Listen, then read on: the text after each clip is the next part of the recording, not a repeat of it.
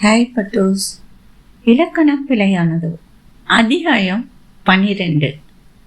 சுஹாசினி கபோர்டை திறந்தவுடன் அதிலிருந்த ஆல்பத்தை பார்த்து அதிர்ச்சி அடைந்தாள். அது ஒரு அழகாக சுற்றப்பட்டு இருப்பதைக் கண்டு ஆச்சரியமும் அதிசயமாக அதை திறந்து பார்த்தவளுக்கு அங்கே முதல் போட்டோவை பார்த்ததும் இது எப்படி இங்கே வந்தது என்று எண்ணி தன் விழிகளை மேலும் விரித்து பார்த்தவளுக்கு கண்களில் கண்ணீர் வடிந்தது. அந்த போட்டோவை தடவிக்கொண்டே இருந்தவளுக்கு அதில் தானும் தன்னுடைய தாத்தாவும் தன்னை சுற்றியிருந்த உலகத்தை மறந்து இயற்கையோடு இயற்கையாக சிரிக்க, அவரின் பொக்கைவாய் சிரிப்பும் உள்ளடங்கிய கண்களில் பொங்கிய அன்பும் அவளுக்கு மீண்டும் கிடைக்குமா என்ற கேள்விக்கு பதில் என்றுமே கிடைக்காதே. அவளின் அந்த கண்களில் தான் எத்தனை ஏக்கங்கள்!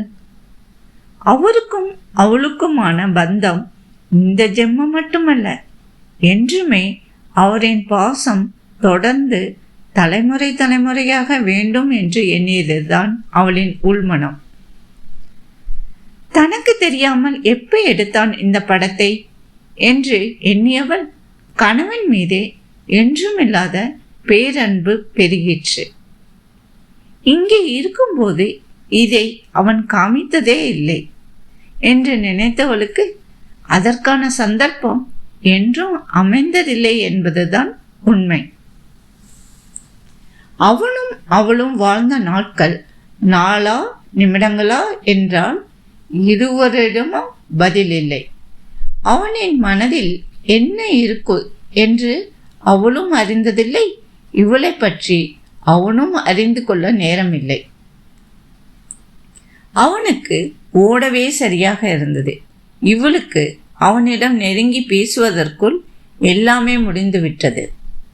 இதில் யாரிடம் தப்பு காண்பது என்று யோசனை செய்தவள் வாழ்க்கை வாழ்வதற்கு முன்பே தொலைத்துவிட்டு அதில் நீயா நானா என்ற போட்டியில் தப்பு உன்னிடமா என்னிடமா என்று மனதிற்குள் பட்டிமன்றம் நடத்தினாள் சுஹாசினி.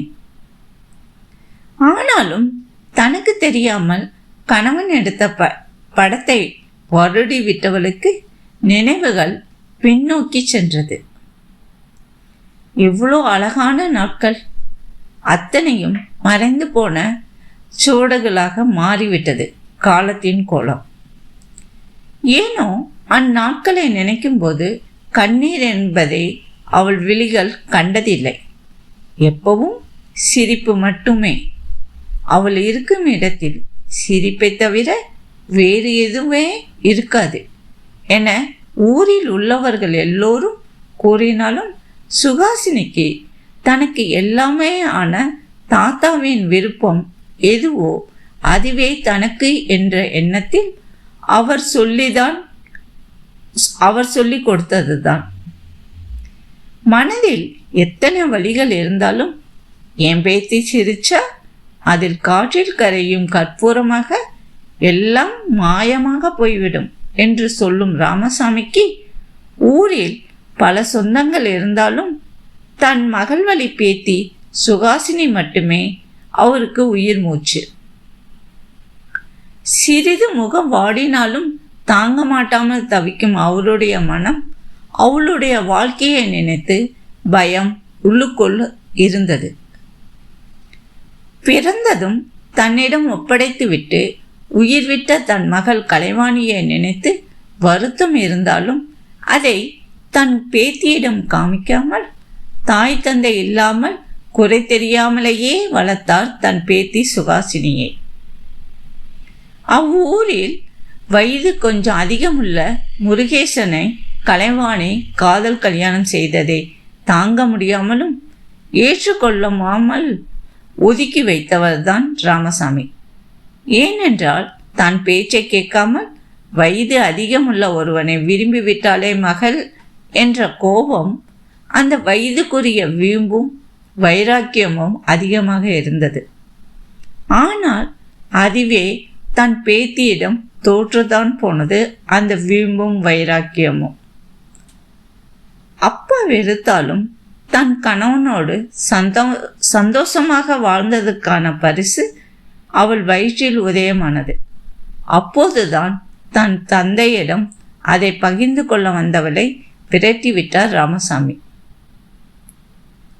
கண்ணீரோடு தன் கணவனின் தோளில் சாய்ந்தவள், இவர் மாறவே மாட்டாரா என்ற ஏக்கம்தான் இருந்தது கலைவாணிக்கு.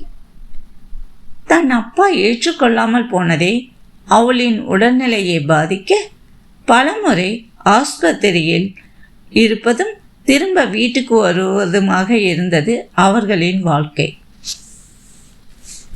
8ஆம் மாதம் ஆன போது அவளுள் வலியா இல்லை, தன் அம்மாவும் இல்லை அப்பாவும் பேசவில்லை என்ற எண்ணமோ அவளின் உடல்நலத்தை பாதிக்க உடனே ஆஸ்பத்திரிக்கு அழைத்து போனான் முருகேசன்.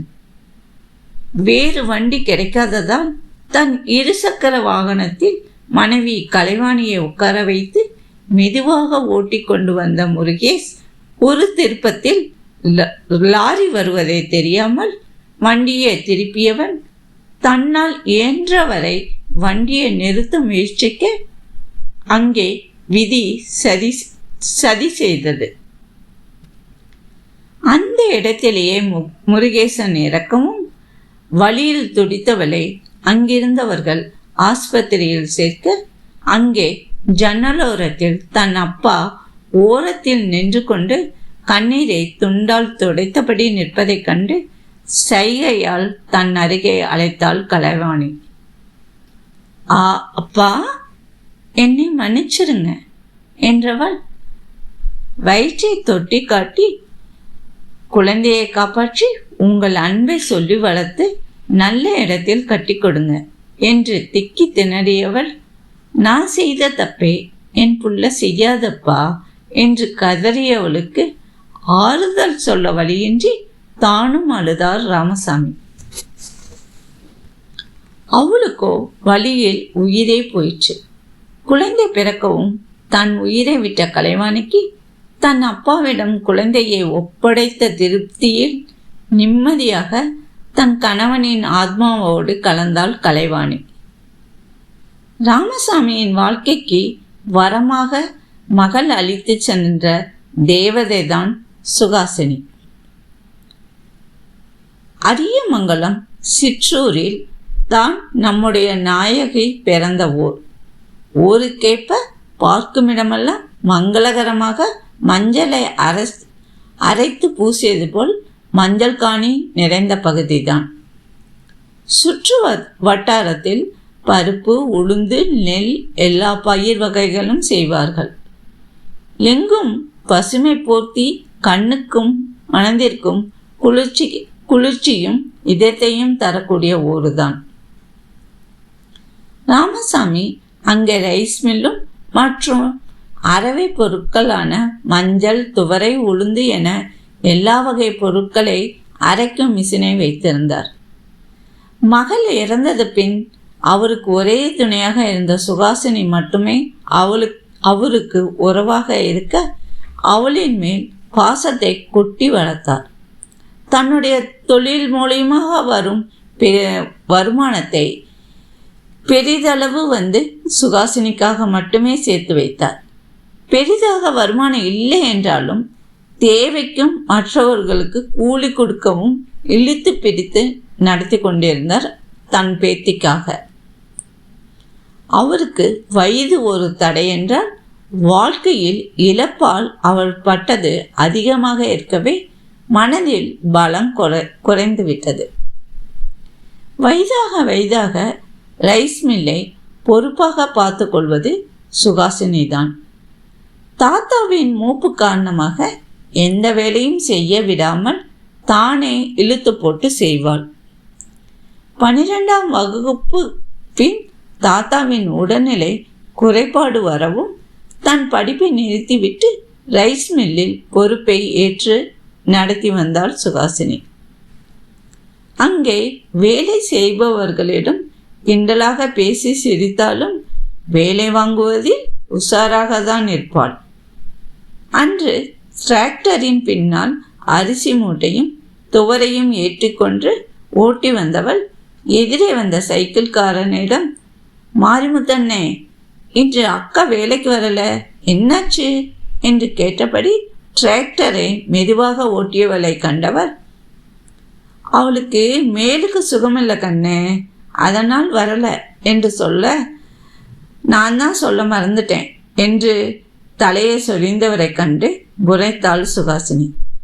ஏன உடம்பு சரியில்லைன்னா ஆஸ்பத்திரிக்கு கூட்டிகிட்டு போனியா இல்லையா என அதட்ட, இல்லை கண்ணு, அவள் வரலேன்னு சொல்லிட்டா, சுக்கு தண்ணி போட்டு கொடுத்து குடிக்க வச்சுட்டு தான் வந்தேன் என்றவரை கண்டு, அவங்க வரலைன்னா நீங்கள் தான் கூட்டிகிட்டு போகணும், அதை கூட பொண்டாட்டிக்கு செய்யலைன்னா எப்படின்னு என்று கேள்வி கேட்டவர், சாயங்காலம் நான் வரேன்னு சொல்லுங்கண்ணே என்று மாரிமுத்துவை திட்டிவிட்டு வண்டியை ஓட்டிக்கொண்டு ரைஸ் மில்லில் நிறுத்தினாள் சுகாசினி.